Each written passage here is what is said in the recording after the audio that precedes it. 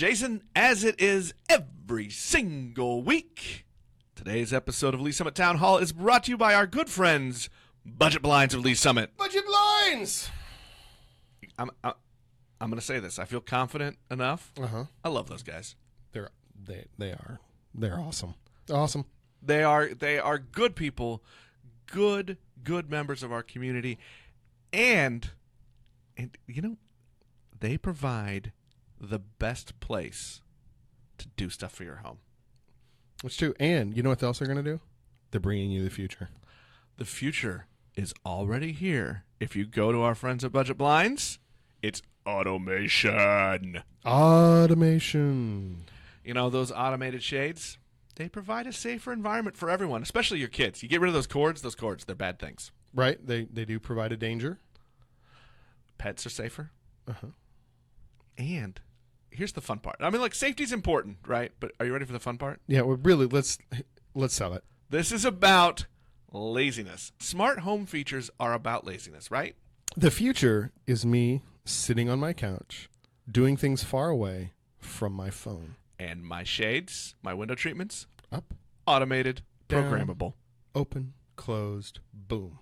If you want to add those features to your house, do you know where you can go, Jason? I'm going to guess. Budget Blinds of Lee Summit. Budget Blinds of Lee Summit. Go visit them right in the heart of downtown. Tell them Jason and Nick sent you.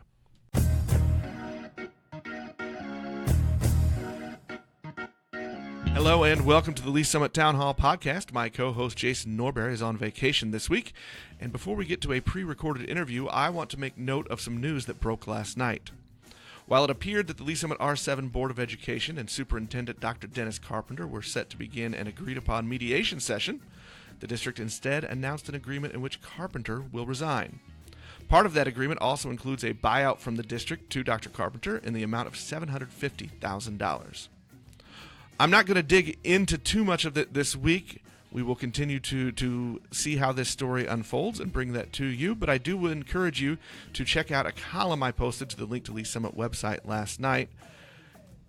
In it, I talk a little about where we go from here and how we move on as a community. Hopefully, our elected representatives, along with ourselves, have learned some lessons during this last several months of what I will call embarrassing public dialogue. And in the future, I hope we find a way to tackle and debate issues as a community. The Town Hall podcast will remain committed not only to holding our public officials accountable, but also encouraging civil and meaningful dialogue. And now to our scheduled interview with Terry Trafton, a Lee Summit resident, community activist, and vice chair of a local political action committee, Friends of Lee Summit. Friends of Lee Summit is one of several groups backing a proposed general obligation bond on the August issue. And while we have not seen any organized opposition to this issue, we thought it was important to give voters a public face to this organization, hear who they are, and why they are throwing in both verbal and monetary support to this issue. Here's our interview.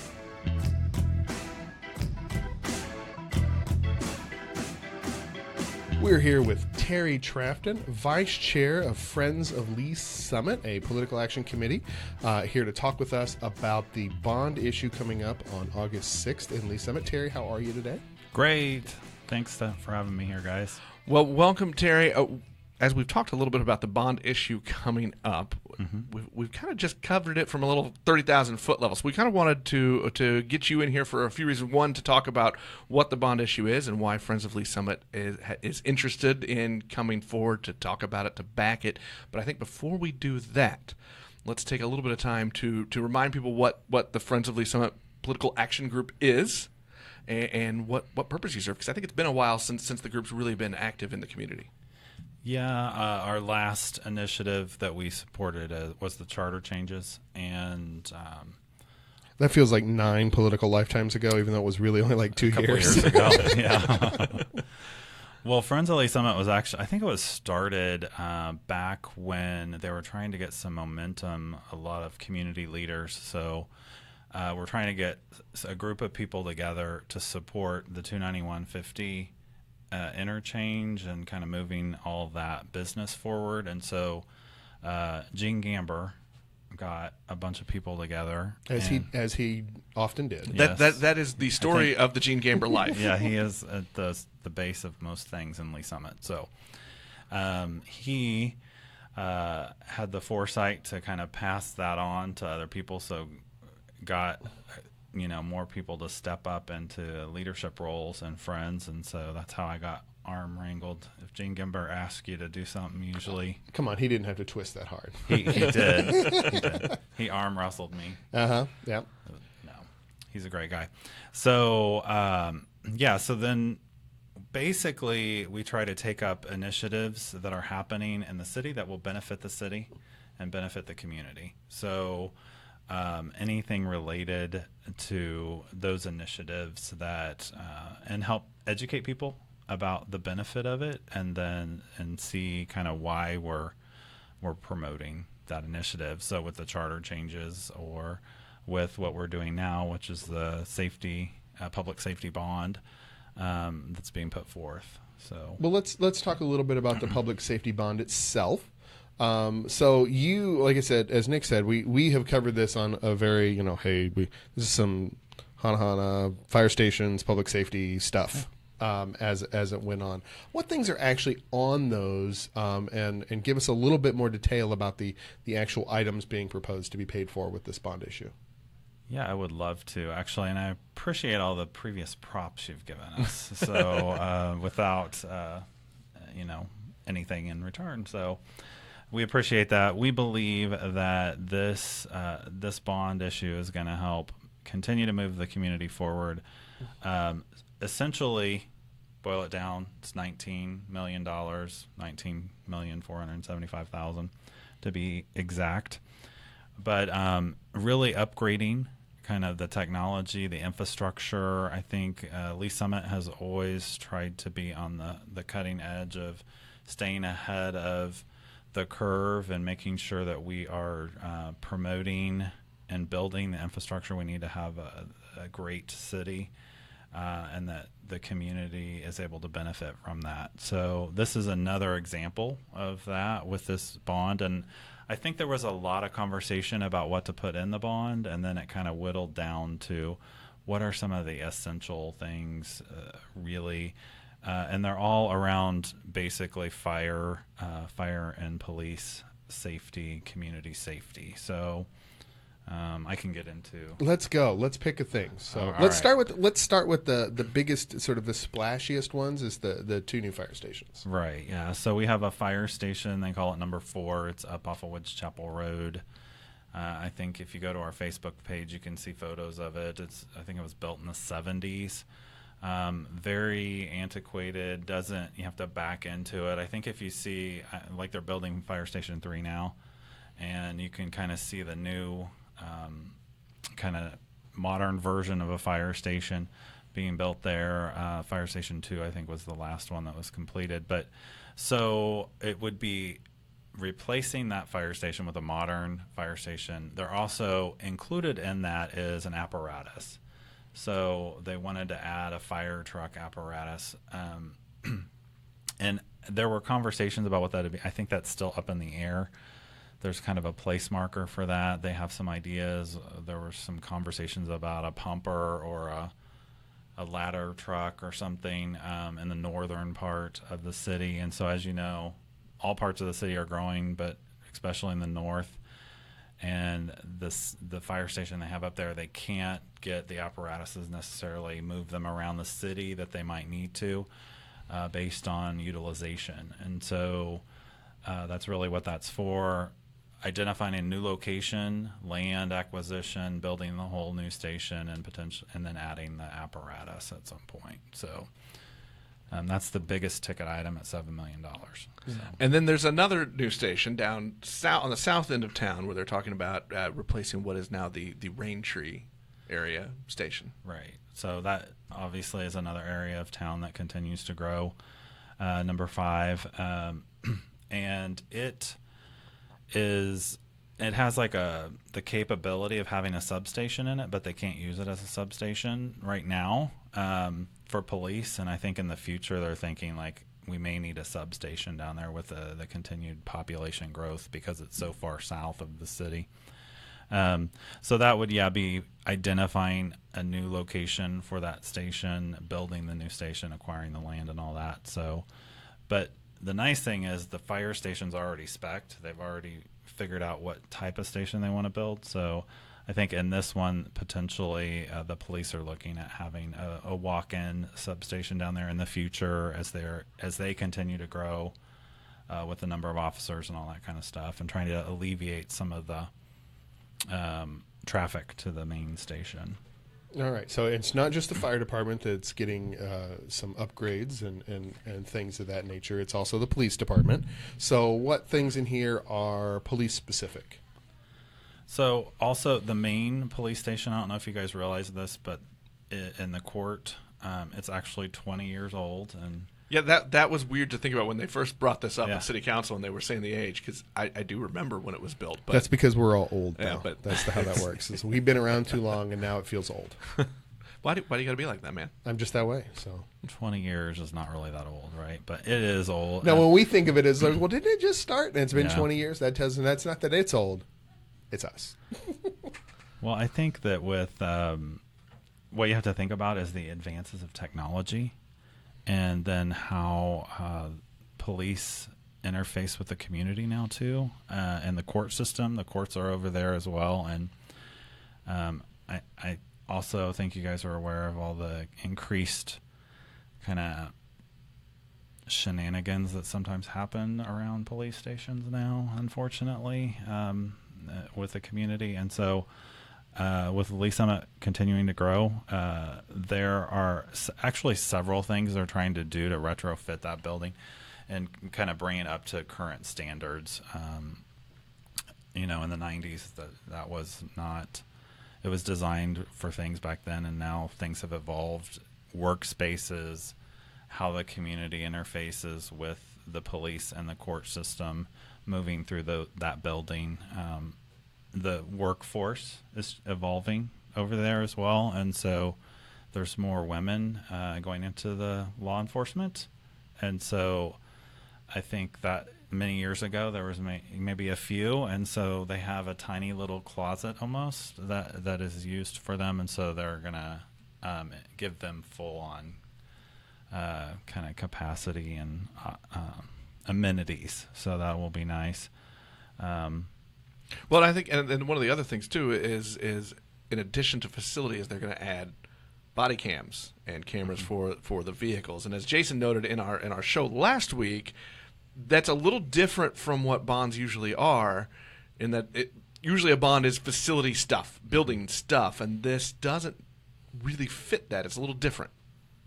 Yeah, well, it's still capital improvements, and so it's a pretty hefty price tag at $1 million to replace the technology. Right now, the technology they're using, and I don't know if they want me to say this, but You can do it anyway. They wouldn't have told you if they didn't want to. At least they didn't think it would be out there somewhere. Yeah, the server is antiquated and unable to be maintained by the company that put it in, and in addition to it's just outdated software, and so they have to. I think we had this conversation around the radio system a year Right, ago. that was 2 years ago. I think there was a bond issue. It was very similar with the radio connectivity with the other districts in the city. Which was that was discouraging to know that's how that we weren't connecting via radio. That's kind of crazy, but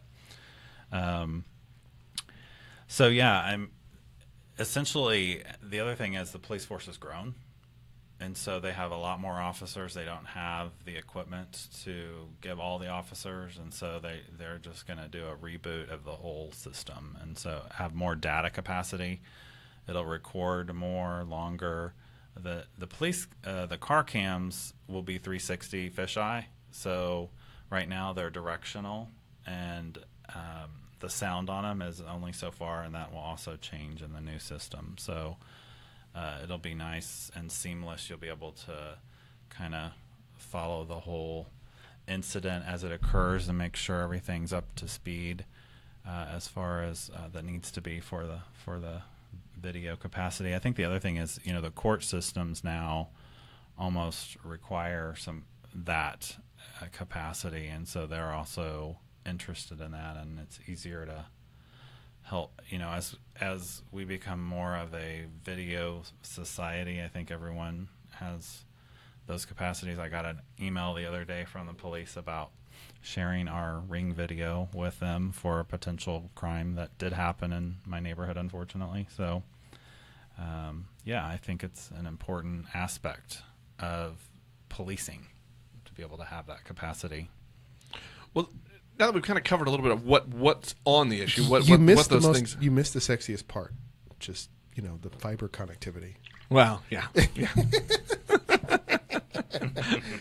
I don't want to give too much to the listeners. I understand. on You that didn't one. want to get everybody too hyped up. We've got a good picture of what the issue is, and I think one of the reasons we wanted you to come on, Terry, was what attracts you, the group Friends of Lee Summit. What attracts you guys to this, to say, hey, this is something we feel is important to not only support, but to put some money and real manpower effort to go into the community and educate and try to get people to follow along with you and your recommendation. I think we see the benefit of having state-of-the-art, modern, current facilities and connectivity with fiber. So, see, he knows. He understands. I think we all want that, right? So I think in Lee Summit, I think we have kind of come to expect it too. We want nice roads. We want we want officers to respond to our incidents that happen, and they did a lovely job the other night. So, but we want to give them the tools that they need, and in this day and age, to be successful and to do their job easier, right? So, I think for us, supporting a public safety bond makes a lot of sense, because it's feel-good stuff, right? I mean, you want your houses protected from fire and criminals, and you want your businesses to be able to have adequate fire response. And so as we continue to evolve and grow as a community, we want to have the right resources available and at our fingertips, and not have to borrow them from other cities. We think it's a good thing, and so it was kind of easy for us to get behind. The city, we talked to the city about kind of what was happening at the council level, having conversations with the administrators over there for a while before this even got brought up, to kind of see.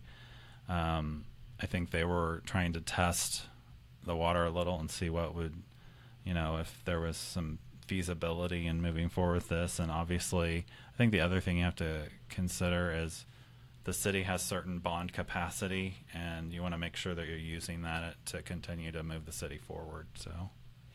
So you mentioned the interface that Friends had with some of the city administrator or politicians during this process.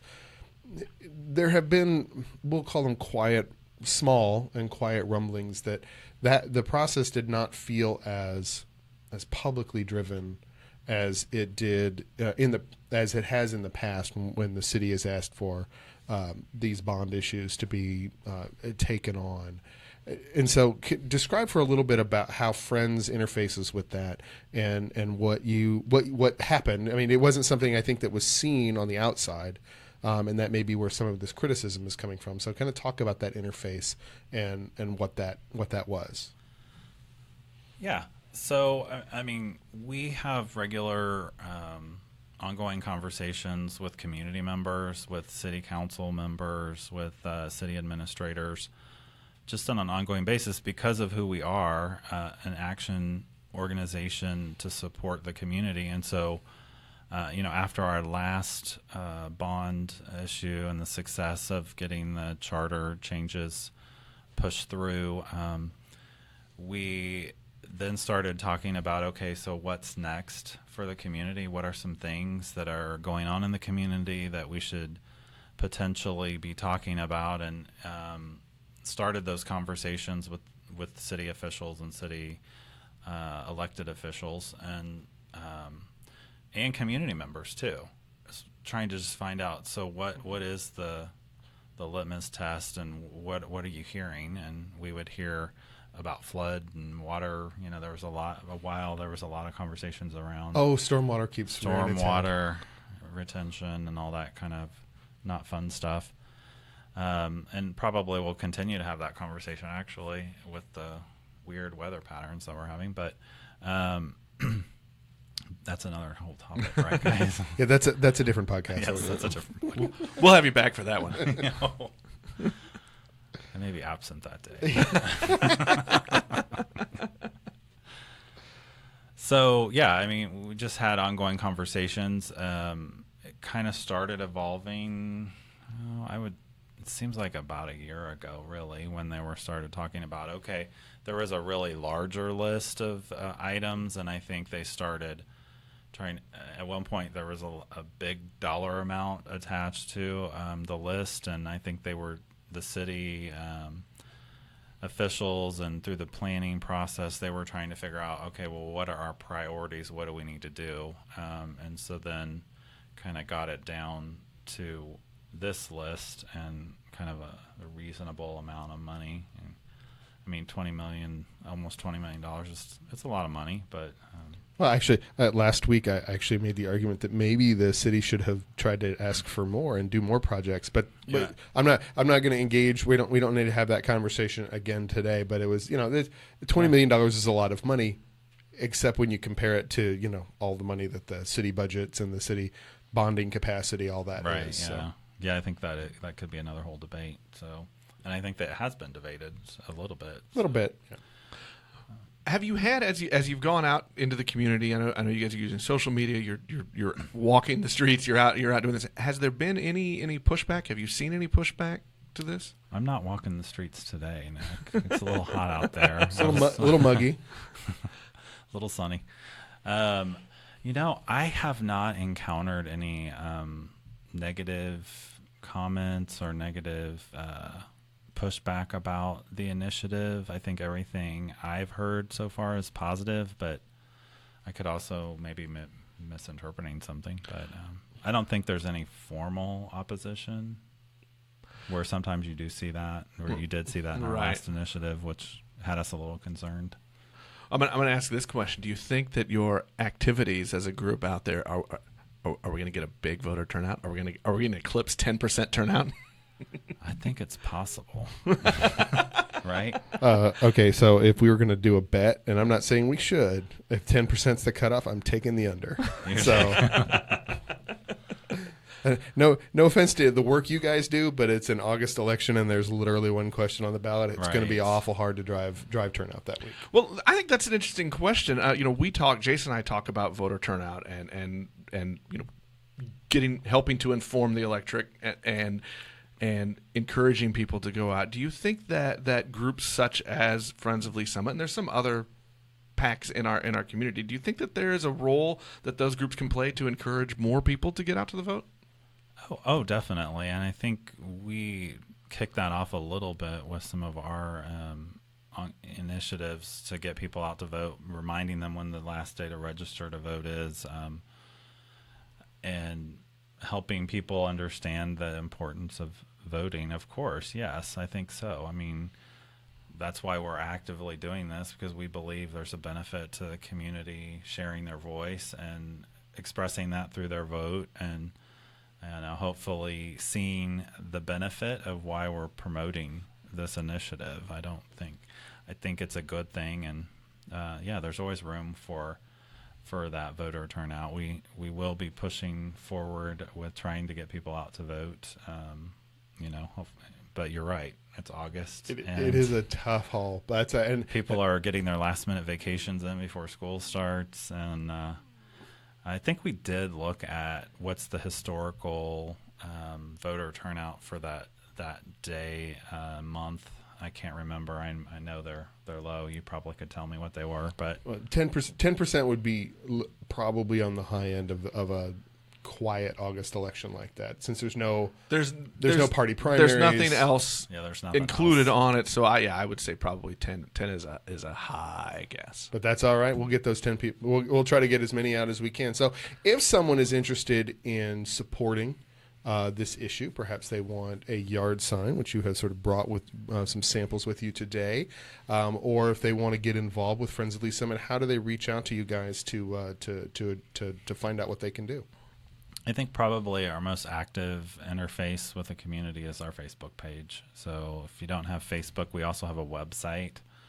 I believe there's a mechanism on the website as well to ask questions or post comments. I think it'll link to an email that'll go to, I want to say, Kent Kirby, who's our chair. So I noticed you didn't say it'll go to Terry Trafton, who's our vice chair. It will not come to me. And then I may call somebody like Rachel Sabogia to come over and help out, or Michelle Spilker, who's on our committees. All right. Well, Terry, thank you for taking time to talk with us, educate us, give us more detail. Sure, I want to talk about the fiber. I would love to, but I'm getting withering stares from my co-host, so I'm going to go ahead and we'll take a pause and we'll say fibers are coming if you guys vote for this, and that'll get the 9 super tech nerds in the city excited to do that. So, Terry, thank you for taking time to talk with us today about the project, and good luck on August 6th. Hey, thank you so much for having me on, and get out and vote and support the public safety bond. Thank you, Terry. Thank you. Today's episode of Lee Summit Town Hall is brought to the good people of Lee Summit by Shred KC. Also good people. They are good people. You know, we are lucky, Jason, in that our sponsors and partners that we've been able to work in, and now we've done a lot of episodes, Jason. I know. Let's not talk about that. We've done a lot of episodes, but we've been lucky to work with some really good people that are doing good things. And I'm just going to tell you right now, the folk at Shred KC and owner Ryan Waters, not just good for everybody else, it's good for me, Jason. And it's now good for me. We've finally gotten down to the core of the subject matter. What's good for Nick? What's good for Nick is good for everybody else. I think that really is the crux of all of this. I was not a fit. I'm still not there, but I was not a fit and healthy guy, and I knew I needed to make a change. I was nervous, I was hesitant, and I just finally made myself go in and ask, and they have been very, very supportive in helping me come up with a meal plan and making better, healthy decisions as I eat. And I'm even starting to work out a little bit now that the broken wing is healed. I'm gonna get there pretty soon. You're gonna go look at those posters, and it's gonna be me. Are you gonna be lifting double-digit pounds? I'm not there yet. Okay, well, let me know when you cross that particular I'm not there yet. Down. No. The arm can get me to 7 pounds. Well, that's something. I mean, you had you were building up, and you had a huge setback, and now you're back. You're climbing back up. I'm climbing back up, and the scale is climbing back down. So you can't beat that.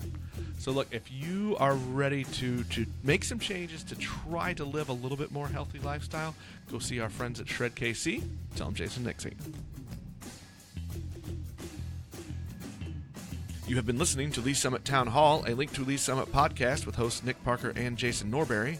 A proud member of the Fredcast Network, you can subscribe to this podcast on most of your favorite podcast apps and catch us every Monday, Wednesday, and Friday for all the news, analysis, and conversations on the Lee Summit community.